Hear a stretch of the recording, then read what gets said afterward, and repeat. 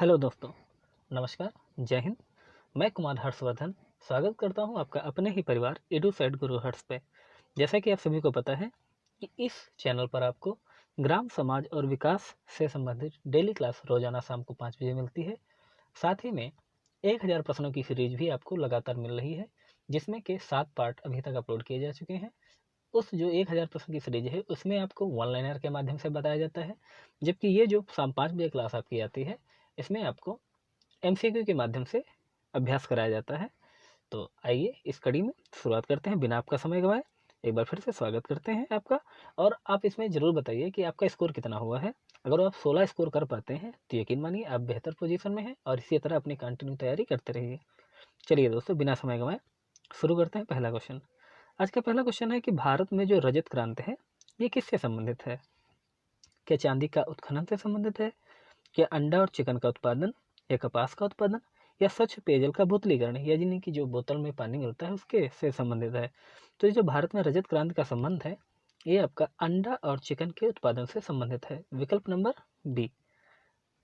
अगला क्वेश्चन, इंद्रधनुष क्रांति के अंतर्गत कृषि क्षेत्र में उत्पादक दर को कितना प्रतिशत बढ़ाने का लक्ष्य रखा गया था?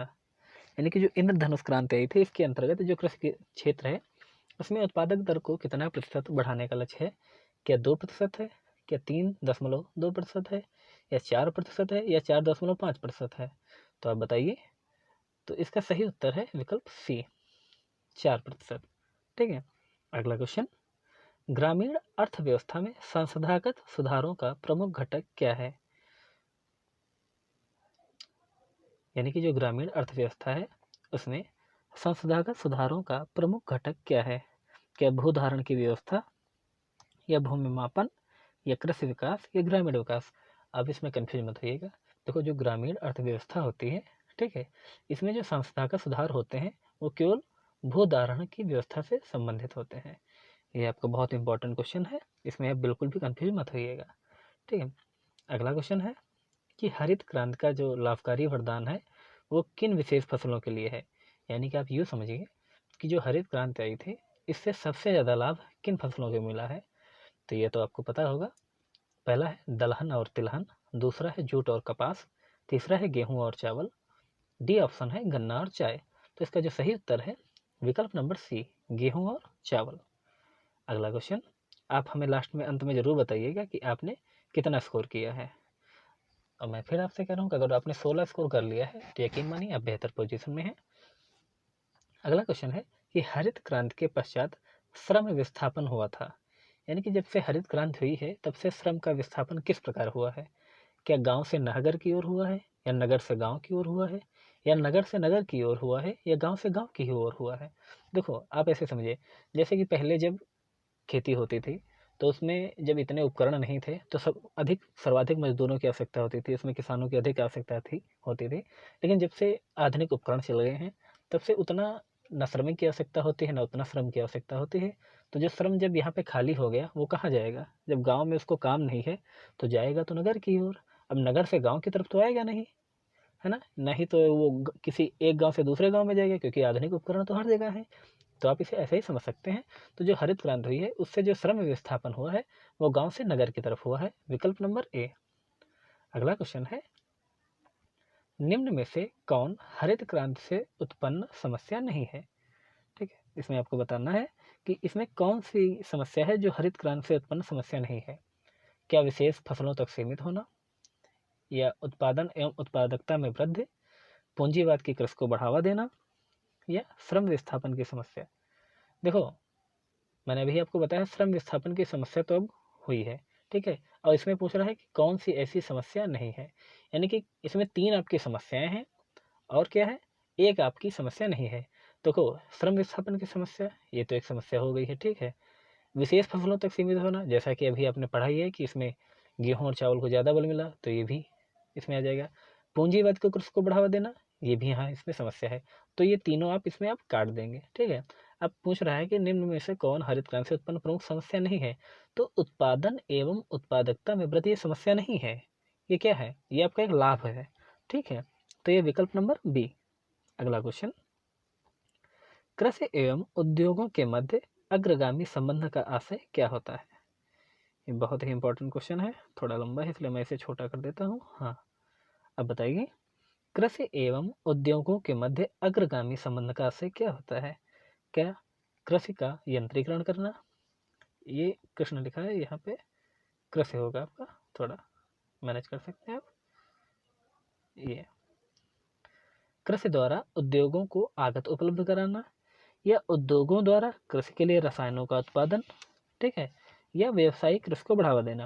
अब इसमें आप सोच के बताइएगा कि कृषि एवं उद्योगों के मध्य अग्रगामी संबंध का आशय क्या होता है।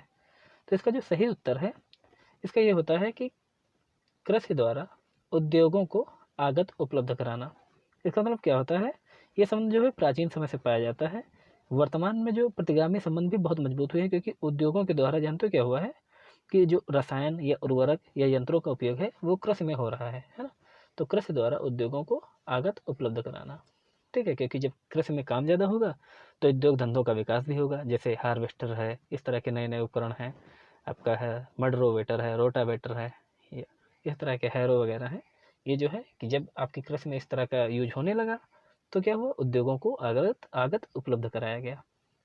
अगला क्वेश्चन है, देश में प्रथम कृषि विश्वविद्यालय कहाँ स्थापित किया गया है? ये सब बहुत ही इंपॉर्टेंट क्वेश्चन है, आप प्लीज़ वीडियो में अंत तक बने रहिए, फिर एनालिसिस करिए कि आपने कितने क्वेश्चन सही किए। देश में प्रथम कृषि विश्वविद्यालय कहाँ स्थापित किया? क्या लुधियाना में, पंतनगर में, हिसार में, जबलपुर में? तो जब ये स्थापित किया गया था तब तो ये उत्तर प्रदेश में था, लेकिन वर्तमान में ये उत्तराखंड में है, पंतनगर में, ठीक है। अगला क्वेश्चन है, भूमि संरक्षण व्यवस्था का मुख्य उद्देश्य नहीं है। मतलब क्वेश्चन है कि भूमि संरक्षण व्यवस्था का मुख्य उद्देश्य नहीं है। क्या वृक्षारोपण करना, पशुचारण को बढ़ावा देना, बेकार कृषि भूमि को कृषि योग्य बनाना, या पड़ती भूमि को कृषि में बदलना? देखो समझो इसको, भूमि संरक्षण व्यवस्था का मुख्य उद्देश्य नहीं है वृक्षारोपण करना। हाँ बिल्कुल, अगर जो आप वृक्षारोपण करेंगे तो भूमि संरक्षण होगा। बेकार भूमि को कृषि में बदलना, ये तो बहुत अच्छी बात है। पड़ती भूमि को कृषि में बदलना, ये भी बहुत अच्छी बात है। लेकिन ये कह रहा है कि पशुचारण को बढ़ावा देना, ये तो नुकसान हो जाएगा ना। तो ये जो है भूमि संरक्षण व्यवस्था का मुख्य उद्देश्य नहीं है, बाकी सब भूमि संरक्षण व्यवस्था के उद्देश्य है जिनके द्वारा भूमि का संरक्षण किया जाता है, जबकि पशुचारण के द्वारा भूमि का क्षरण होता है, ठीक है। अगला क्वेश्चन है कि देश में स्थापित कृषि उद्योग निगम का मुख्य कार्य क्या है? कृषि उपकरणों की आपूर्ति करना, अनाज प्रसंस्करण, भंडारण करना, या उपरोक्त सभी? तो जो देश में स्थापित कृषि उद्योग निगम है इसका मुख्य कार्य है उपरोक्त सभी, विकल्प नंबर डी। अगला क्वेश्चन है कि हरित क्रांति के पश्चात भारतीय कृषि में क्या सुधार आया? मतलब क्वेश्चन कह रहा है कि जो हरित क्रांति आई थी उसके द्वारा भारतीय कृषि में क्या सुधार आया है? खाद्यान्नों में आत्मनिर्भरता, व्यावसायिक कृषि, प्रति हेक्टेयर उत्पादकता में वृद्धि, उपरोक्त सभी। तो खाद्यान्नों में आत्मनिर्भरता भी हुई है, व्यावसायिक कृषि की प्रणाली की शुरुआत भी हुई है, प्रति हेक्टेयर उत्पादकता में वृद्धि हुई है। तो यहाँ पे हो जाएगा आपका विकल्प नंबर डी। अगला क्वेश्चन, क्षेत्रीय ग्रामीण बैंक की स्थापना सर्वप्रथम किस वर्ष की गई थी? तो क्षेत्रीय ग्रामीण बैंक की स्थापना बताइए कब की गई थी? 1968, 1972, 1975 या 1978? तो क्षेत्रीय ग्रामीण की बैंक की स्थापना की गई थी 1975 में। कब? 2 अक्टूबर को, ठीक है। 2 अक्टूबर को महात्मा गांधी के जन्म दिवस पर क्षेत्रीय ग्रामीण बैंक की स्थापना की गई थी। अगला क्वेश्चन है कि कृषि यंत्रीकरण का लाभ नहीं है। अब बताइए इसमें क्या है? श्रम एवं पशुपालन की बचत, उत्पादकता में वृद्धि, उत्पादन लागत में वृद्धि, या रोजगार के अवसरों का विस्तार? देखो इसमें आपको क्या कह रहा है, देखो नहीं पे आप जरूर ध्यान दीजिएगा। कह रहा है कि कृषि यंत्रीकरण का लाभ नहीं है, यानी कि इसमें 3 तो लाभ होंगे, एक आपका लाभ नहीं होगा। तो श्रम एवं पशुपालन की बचत, ये तो लाभ हो गया, ठीक है। उत्पादकता में वृद्धि, ये भी आपका लाभ हो गया। रोजगार के अवसरों का विस्तार, ये भी आपका लाभ हो गया। लेकिन उत्पादन लागत में वृद्धि, ये आपका कुछ नहीं बचता है ना। तो ये आपका विकल्प नंबर सी यहाँ पे इसमें नहीं, यानी कि यही सही हो जाएगा। अगला क्वेश्चन है कि एक थ्रेसर द्वारा, थ्रेसर समझते हैं, जिसके द्वारा गेहूं की खंदाई होती है, जब गेहूं की फसल पक जाती है या धान की फसल पक जाती है तो उस खड़े फसल में से अनाज को निकालने के लिए थ्रेसर और ट्रैक्टर का यूज होता ही ना, वही कि थ्रेसर द्वारा दानों का अधिक नुकसान होता है। कब? जब इसकी गति अधिक हो, जब इसकी गति मंद हो, पकी फसल को थ्रेसर में डालने में कमी हो, या दाना निकालने की गति अधिक हो। तो ये तो आपको पता ही होगा कि क्या है इसका सही आंसर। इसका सही आंसर होता है कि जब थ्रेसर की जो है गति अधिक हो जाती है ना, तो जो भूसा जहाँ से निकलता है वहीं से दाना भी निकलने लगता है, क्योंकि जब प्रेशर ज़्यादा बन जाता है तो भूसा तो निकलता ही है, साथ में दाना भी वहीं से निकलने लगता है। तो ये आपका नुकसान होता है जब थ्रेसर की गति अधिक होती है। अगला क्वेश्चन है कि भारत में चयनात्मक या आंशिक यंत्रीकरण की शुरुआत किस पंचवर्षीय योजना में हुई थी। तो किस पंचवर्षीय योजना में हुई थी? क्या तीसरी, क्या चौथी, क्या पांचवी या छठी? तो ये चयनात्मक जो आंशिक यंत्रीकरण की शुरुआत है ये आपकी हुई थी पांचवी पंचवर्षीय योजना में। ठीक है, विकल्प नंबर सी। अगला क्वेश्चन है एनपीके के किस आनुपातिक प्रयोग को संस्तुति दी गई है। यानी कि एनपीके का जो यूज होता है वो किस अनुपात में होता है? क्या 6:3:1 में, या 4:2:1 में, या 4:3:1 में, या 4:2:2 में?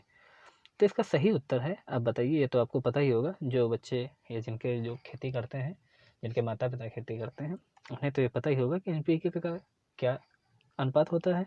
तो जो एनपीके मतलब एन से नाइट्रोजन, पी से फास्फोरस, के का मतलब होता है पोटेशियम। ठीक है, तो इसका जो मानक अनुपात होता है वो 4:2:1 होता है। अगला क्वेश्चन, सिंचाई में जल प्रयोग की कुशल मितव्ययिता के अनुसार कौन सी प्रणाली अधिक लाभप्रद है। यानी कि जब सिंचाई होती है तो ऐसी कौन सी प्रणाली है जिसके द्वारा कम से कम जल का उपयोग होता है, यानी कि कम से कम जल खर्च होता है। ये अब 17वां क्वेश्चन है आपका। तो आप बताइए इसमें कौन सी ऐसी प्रणाली है जिसके द्वारा कम से कम जल का यूज होता है। क्या स्प्रिंकलर प्रणाली, या पारो प्रणाली? ये पारो नहीं होता है, ये फरो होता है। ठीक है, फरो प्रणाली, या ड्रिप प्रणाली, या चेक बेसिन प्रणाली? तो सिंचाई में जो जल की लागत है वो कम से कम हो, इसके लिए जो सबसे अच्छी प्रणाली होती है वो आपकी ड्रिप प्रणाली होती है। इसे ही टपक कहते हैं, बूंद होता है ना। अच्छा, इसकी खोज जानते हो कहाँ हुई? ड्रिप प्रणाली की खोज हुई थी आपकी इजराइल में। ठीक है, इजराइल देश में इस प्रणाली की खोज हुई थी, और इसके द्वारा पता है 75% तक की जल की बचत होती है। लगभग 75% जल की बचत होती है। और क्योंकि अब जैसे है कि इसमें क्या होता है कि जो बूंद होती है या जो जल की मात्रा होती है वो सीधे जड़ों तक पहुंचा दी जाती है। अगला क्वेश्चन है कि भारत में लगभग 90% सिंचाई क्षेत्र किसके अंतर्गत है। यानी कि ये बताइए कि जो भारत में लगभग 90% सिंचाई होती है वो किस प्रणाली के माध्यम से होती है। क्या बार्डर प्रणाली, क्या चेक बेसिन, क्या स्प्रिंकलर, या सतही सिंचाई? तो ये तो हम अब सभी जानते हैं कि भारत में जो सबसे ज़्यादा सिंचाई होती है वो सतही सिंचाई के द्वारा होती है। ठीक है, विकल्प नंबर डी। अच्छा, इसका प्रतिशत लगभग कितना है? तो लगभग सिंचाई, इसकी सतही सिंचाई भी का लगभग जानते हो क्या होता है? इसके माध्यम से जानते हो कम से कम 45% भूमि पर, लगभग आप समझ लीजिए 100 में से 45% भी सिंचाई सतही सिंचाई के माध्यम से की जाती है। और सबसे ज़्यादा सिंचाई किसके द्वारा की जाती है ये भी आपको पता होना चाहिए। भारत में सबसे ज़्यादा सिंचाई ट्यूबवेल के माध्यम से है ना, और ट्यूबवेल के द्वारा ही आपकी 45% सिंचाई होती है सतही सिंचाई का। ठीक है, ट्यूबवेल के द्वारा 45% सिंचाई। ठीक है, बाकी 90% सिंचाई आपकी सतही सिंचाई होती है। अगला क्वेश्चन, निम्न में से कौन आधुनिक कृषि यंत्र नहीं है? जैसे मैंने अभी आपको बताया था ना उत्पादन लागत का प्रभाव वाला, तो वही कौन आधुनिक कृषि यंत्र नहीं है? तो थ्रेसर ये भी आधुनिक है, हार्वेस्टर ये भी आधुनिक है, ट्रैक्टर ये भी आधुनिक है, जबकि जो बैलों के हल हैं ये आपके बहुत पुरातन है। ठीक है, विकल्प नंबर सी। अगला क्वेश्चन, राष्ट्रीय बीज अनुसंधान एवं प्रशिक्षण केंद्र का मुख्यालय कहाँ स्थित है? क्या हैदराबाद में, क्या वाराणसी में, क्या लखनऊ में, या कानपुर में? तो इसका सही उत्तर है आपका ये स्थित है वाराणसी में। तो मित्रों, यहाँ पे आपके 20 क्वेश्चन आपके कंप्लीट होते हैं। आपको ये क्वेश्चन कैसे लगे और आपने इन क्वेश्चनों में कितना स्कोर कर पाया है कमेंट में ज़रूर बताइए। अगर जो आपको इसी तरह की क्लास पानी है तो मेरे चैनल को सब्सक्राइब कीजिए। ठीक है, और अपने सभी दोस्तों को जोड़िए। और ये जो चैनल है इस समय एक और एक मात्र केवल लेखपाल पे टारगेट कर रहा है। ठीक है, तो आप सभी जुड़िए, अपने साथियों को जोड़िए। ठीक है, धन्यवाद, आपका दिन शुभ हो।